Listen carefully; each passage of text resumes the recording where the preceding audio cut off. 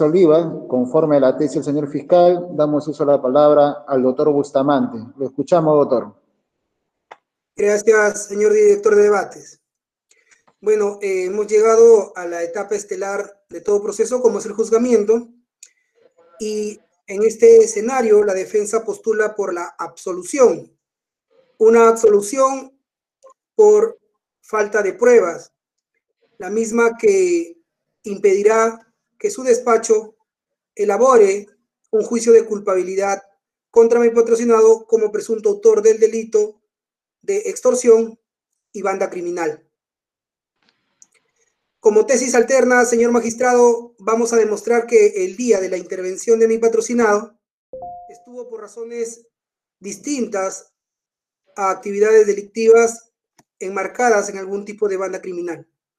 Vamos a demostrar que el dinero que se le encontró son dineros lícitos, provenientes de sus familiares y que tenían un destino: pagar el aplanamiento de un terreno de su hermana que se encuentra ubicado en las inmediaciones de su intervención, cerca a la vía de evitamiento. Como no puede ser distinto, antes de que ustedes puedan emitir una decisión, Fiscalía tiene muchos vallas que saltar, muchas de ellas altas, desde un plano dogmático sustantivo, desde un plano dogmático procesal. Y si el principio de legalidad, señor magistrado, que debe regir la actuación de las partes y, cómo no, la decisión de un caso tan difícil como el que se le pone en su conocimiento, se le está pidiendo 16 años de pena a mi patrocinado. En principio, desde un punto de vista sustantivo, el señor tiene que levantar las siguientes observaciones. Primero, sabemos que la única forma que ustedes tienen en un Estado legítimo de derecho como el nuestro de condenar a una persona es por sus comportamientos. Comportamientos que son calificados como delitos por el tipo penal. Y la forma del comportamiento o del desarrollo del comportamiento calificado como delito puede ser de distintas formas. Y en este caso, la forma empleada por el Ministerio Público es a través de dos fórmulas: la coautoría y la banda criminal. Señor magistrado, hay ya jurisprudencia, doctrina, convenios internacionales que ustedes manejan mejor que yo, en el sentido de que, a pesar de que la banda no necesita mayor organización, sí requiere, más allá del número de personas que le integren, cierto grado de compartimiento, cierto grado de vinculación, cierto grado de asociación. Porque recordemos, los tipos penales que dan batalla criminal a este tipo de comportamientos agrupativos son estructuras distintas a los tipos penales ordinarios, como el tipo penal de extorsión, por ejemplo, donde los comportamientos pueden ser agrupados a partir de una voluntad común, como es la coautoría. A lo que voy, señor magistrado, es que entre coautoría y banda criminal hay un divorcio evidente. No se puede incriminar o no se puede vincular a un hecho o a hechos ejecutados en el marco de una banda criminal como tipo penal específico a partir de la coautoría, señor magistrado. Todo lo que suceda dentro de la banda, señor magistrado, tiene que ser reputado ese título de banda. En ese sentido, la primera barrera que tiene que levantar el Ministerio Público es de quitarle, de comprobar que antes de la ejecución del hecho que se le plantea a mi patrocinado del día 18, del día 3 de julio del 2017, cuando dice que llegó conduciendo, es que estoy de acuerdo primero con el cabecilla. En este caso, como decía Carly o Jorge, fue el acuerdo previo. ¿En qué consistió el acuerdo previo? ¿Cómo se materializó el acuerdo previo? En este caso tenemos como hilo conductor la presencia en el penal de este señor. ¿Acaso Fiscalía ha indicado que tiene algún tipo de interceptación telefónica o comunicación? ¿Hay algún levantamiento del secreto de las comunicaciones con el que acredite la orden o la coordinación o la gestión previa en el marco de esta banda criminal? La respuesta es no. Como segundo elemento que tendrá que levantar la Fiscalía, señor magistrado, es comprobar que el hecho en sí es o un delito de extorsión simple o es un delito generado en banda. lo que viene utilizando, y es una mala práctica que la vemos denunciando desde siempre, es utilizar el tipo penal individual de extorsión para agravar las penas, porque en realidad la banda tiene como pena mayor 8 años. Sobre esa línea ya hubieran recuperado su libertad. Sin embargo, se entiende que son estrategias, pero que al fin y al cabo van a terminar como tales y van a terminar absolviendo a mi patrocinado porque jamás cometió ni extorsión ni banda.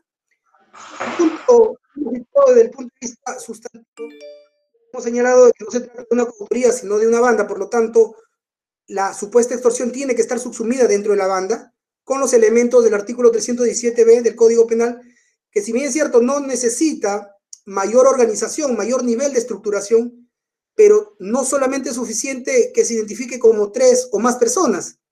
Se tiene que acreditar dentro del juicio, y eso es lo que nunca va a suceder, que, por ejemplo, al amparo del artículo 317, mi patrocinado se constituyó o integró una unión de 2 o más personas que sin reunir alguna o alguna de las características de la organización criminal dispuestas en el 317 tenga por finalidad o por objeto la comisión de delitos concertadamente, nuevamente, señor magistrado. Es decir, el segundo elemento de tipicidad que la Fiscalía tiene que levantar es el elemento objetivo, el acuerdo, la actividad conjunta, el objeto de la comisión de delitos conjuntamente, y eso es lo que no existe. De la imputación, y voy a hacerme referencia más adelante a los hechos, no existe esto. Dicho esto, señor magistrado, desde un punto de vista sustantivo, la banda cae, no puede ser amparada porque no hay evidencia, y respecto al tipo de extorsión, el punto neurálgico en la defensa es que no existe comunicación, no hay vinculación. Lo que queda claro es que estuvo en el penal, pero recordemos, los penales, por ejemplo, el Milagro, hasta el día de hoy, tiene bloqueadores. Fiscalía no nos ha indicado que tiene o que tiene algún tipo de comunicación antes del día 3 de julio, en el que acredite que mi patrocinado recibió la orden o coordinó con Jorge Hacho o con alguno de los integrantes. Eso es lo que no existe. Sumado a ello, desde el punto de vista de tipicidad del tipo penal, señor magistrado, de la extorsión del artículo 200, por exigencia del principio de legalidad, el resultado, obtención del dinero, tiene que provenir del acto mismo de violencia o amenaza. En este caso, señor magistrado, lo que imputa a Fiscalía es que mi patrocinado dice fue a recoger y se le encontró en poder del dinero, pero en ningún momento hace alusión al verbo rector típico del delito de extorsión.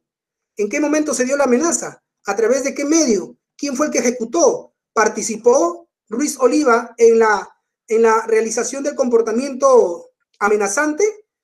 Porque recordemos, señor magistrado, llevando al terreno especulativo del Ministerio Público en el sentido de la coautoría, en todo caso mi patrocinado participó en la ejecución de la amenaza, tendría que ser un cómplice primario o secundario. Son disquisiciones, doctor, que van a tener que entrar, pero de manera ya de antemano estoy haciendo a grandes rasgos mi intervención. Ahora, tampoco hay evidencia probatoria que el patrocinado participó en la extorsión, menos coordinó.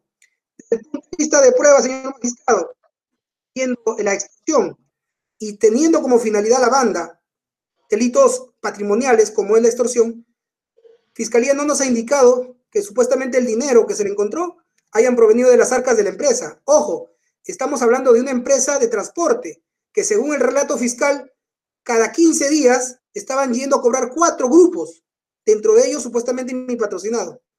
Ya ha pasado más de 3 años y a la fecha Fiscalía, el día de hoy, no nos ha indicado que tenga un balance negativo la empresa. Si hablamos de empresa, doctor, es una persona jurídica, un órgano económico, una unidad económica que se rige por sus propios reglamentos contables. Y la única forma de acreditar que en principio tuvo cierta cantidad y luego se le quitó, hubo un desmedro patrimonial en sus economías, es a través de un balance económico negativo, en el sentido que acredite que ese dinero que se le encontró a Ruiz Oliva venía de las arcas de la empresa.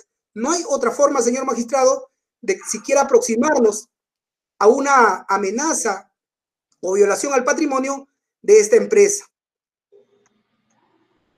Por lo tanto, señor magistrado, recordando los hechos que se le imputan a mi patrocinado de que el 3 de julio del 2017 Daniel llegó conduciendo el carro de placa T2M528, ingresó a la empresa, dejó su vehículo en el frente del interior, donde sale Castro García a fin de abordar el asiento del copiloto, donde segundo antes descendió Alexis. Luego Alex aborda el vehículo como conductor para dirigirse al habitamiento, donde fue intervenido por la PNP. En el registro de residencia se le encontró bolsa de dinero, bajos, producto de extorsión. ellos manifestaron que era el dinero de un Muki. Doctor, si ustedes dan crédito a la afirmación del señor fiscal de que él afirmó, estarían convalidando un acto ilegal, como el doctor Rabanal lo viene haciendo desde el primer momento, porque es más que sabido que un investigado, un imputado, un indetenido, no puede declarar si es que no está el fiscal y su abogado defensor. Por lo tanto, es un contrasentido que el señor fiscal funde la fortaleza de su prueba sobre la base de actos ilegales, en el sentido de tener por cierto que mi patrocinado indicó que el dinero era de Muki. Por lo tanto, esa declaración no existe, señor magistrado, y está sustentando sobre actos ilegales. Segundo punto es que Castro García ni siquiera se conoce como patrocinado. Castro García no se conoce, no tienen vinculación. Entonces, ¿qué pasó? ¿Qué hacía mi patrocinado? Mi patrocinado sí lo intervinieron en esa fecha. Él ha estado transitando, pero su explicación o la comprobación que tenemos con los testigos que van a venir a declarar es que a una cuadra, frente al lugar donde lo intervienen, su hermana Melissa Ruiz Oliva tiene un lote debidamente acreditado con la escritura imperfecta de juez de paz. Esa fecha empezaba a trabajar, a hacer labores de acomodo de su terreno. Ha venido a declarar el trabajador, el peón, el maestro de construcción.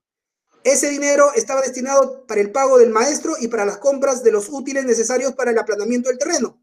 Y ese dinero provino de la actividad laboral lícita de su madre, la señora Paula Oliva.